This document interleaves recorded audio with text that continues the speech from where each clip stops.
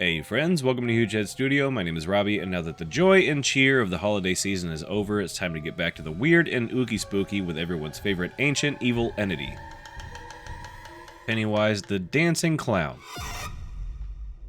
We're doing another mounted head this week, so we start the sculpt by wrapping a ball of aluminum foil over a piece of armature wire, and then I smother the foil with a blob of polymer clay and then shape it into the rough shape of our monster's head. After that, I start sketching in where the features will go much lower on the face than usual because Pennywise has a big ol' forehead that makes even mine look small in comparison. I then started to build up the features on his face until finally I came to the conclusion that original Sculpey sucks. Or better yet, I suck at original Sculpey. Either way, I cut it all off to get the base to a point that was good enough to bake so I could start over with Sculpey 3.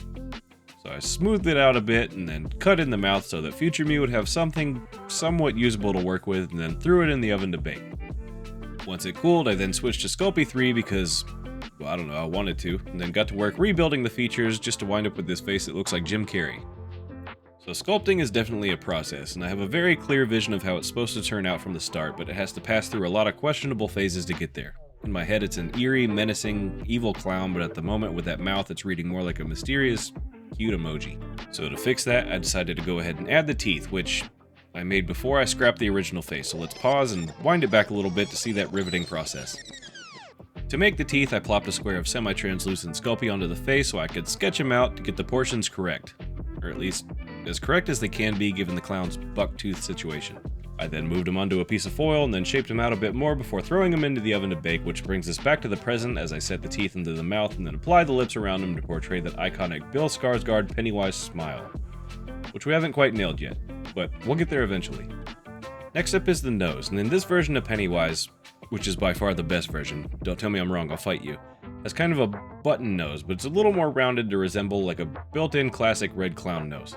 Once the nose is in place, I add some little rolls of clay to push his laugh lines a little harder before moving on to the brow. Apparently I have a type, because every mounted head I've done so far, aside from Bob Belcher, has a big ol' Neanderthal type brow, and Pennywise fits in with that crowd for sure. Also, I came to the realization at some point between smoothing out the forehead and adding the eyebrow grooves, or whatever these things are, I apparently fixed the lower lip to make it look more like Pennywise, but I failed to film the process, so as you can see, I am a professional. After that, I place a piece of plastic on the clay and carve some lines and wrinkles over it as the plastic prevents the tool from carving too deep and helps keep the lines smooth and rounded. From there, I kinda just let my attention span run wild and bounced around adding little details wherever they felt needed before reining it back in and focusing on the cracks on his forehead, which look a lot like cracked dirt in a dried up riverbed. To finish up the head part of the sculpt, I add some ears, which have to be my least favorite feature to sculpt, because as I've said before, ears are weird. Like, what are they? They look like weird little squished dumplings that are just slapped onto the side of our heads, but as weird as they are, the head looks weirder without them, so I put them on and struggle my way through them until I can at least get the point across.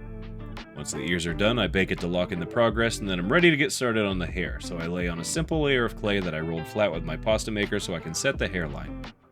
I continue building up the hair by adding little swoops of clay to both sides of the head so he kinda looks like the bad Miles Morales, or any braided rapper from the 90s. Then I add a third swoop to the top to shift the look back to Pennywise, which also looks like the mom from the Rugrats.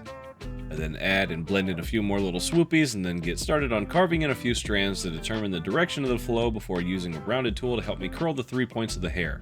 I like the hair that Pennywise had in the movies fine enough, I guess, but then Welcome to Derry went and found perfection with the tight curls. Like, hell yeah, dude, who doesn't love the idea of their favorite evil entity sleeping in curlers after a long day of terrorizing Derry? It's so metal. Anywho, I continued the process by using a metal tool to carve in larger strands and shapes, and then finished up with a wire tool for some finer, tighter strands before moving on to the floofy thing he wears around his neck, which we learned in the Krampus on the Shelf sculpt. It's called a rough collar. There, you learned something. Success. To build it up enough to hide the wire, I layered the rough collar 4 times and then carved in little grooves into each layer to make it look nice and ruffly. Then I threw it in the oven to bake one last time. Once baked and cooled, we're finally done sculpting and ready to get painting, so I started the paint with a brown wash to push the shadows into all the cracks and crevices and then wiped off the top layer, leaving the surface stained but lighter than the recessed areas. I repeated the process on the rough collar and the hair until I had a nice, antique-looking brown stained base coat to build on.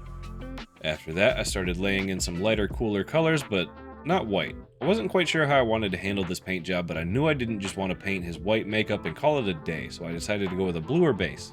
But then I had the idea to try a forced light source coming from below his chin, so I added yellow highlights and then some darker bluish purple shadows to try and apply this light source. But I quickly figured out it looked like hammered dog shit, so I decided to shelve that idea for a future project and then painted over most of the forced shadows with the yellow to use as an underlayer. Sometimes while being creative, my brain decides it wants to do the bare minimum, and I lose sight of the vision I had for the finished product, so I went ahead and sketched on his pupils and the design of his makeup, which was like smelling salts for my creativity. When a sculptor painting gets a little muddy and the progress slows, I think sketching out the plan again can really help respark the process and can be surprisingly effective for getting back on track. And that is today's advice for art with ADD. From there, I took some time with a round dry brush and lightly brushed on a few layers of different values of blue before stopping for no particular reason to add the black makeup around his eyes, and then continued on with the different blue values to push highlights and lowlights as needed. To blend the highs and lows, I took the same dry brush and cleared off most of the paint until I had just a little bit on the bristles to work with, and then lightly blended the paint back and forth until it had a decent gradient. Once I was satisfied with the white makeup, I added a few layers and a few different values of red to give the red lines of the makeup some variety and to push the highlights and lowlights just a little further. Then I added some pinks and yellows to the eyes to break up the flat color and make them look a little bit more believable. I did the same for the teeth, adding little bits of yellow here and there, which goes mostly unnoticed, so it was totally worth the time and effort.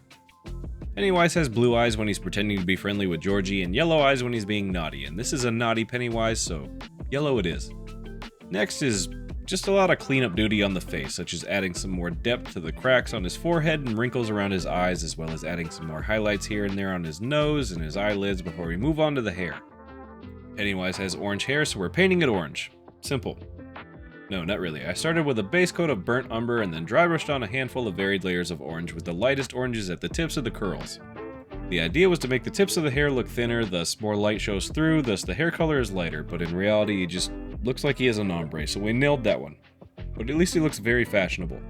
Also, looking back now, I probably should have considered adding more cooler shades to the hair to make it match the face a little better, but we all make mistakes and that's what Photoshop is for.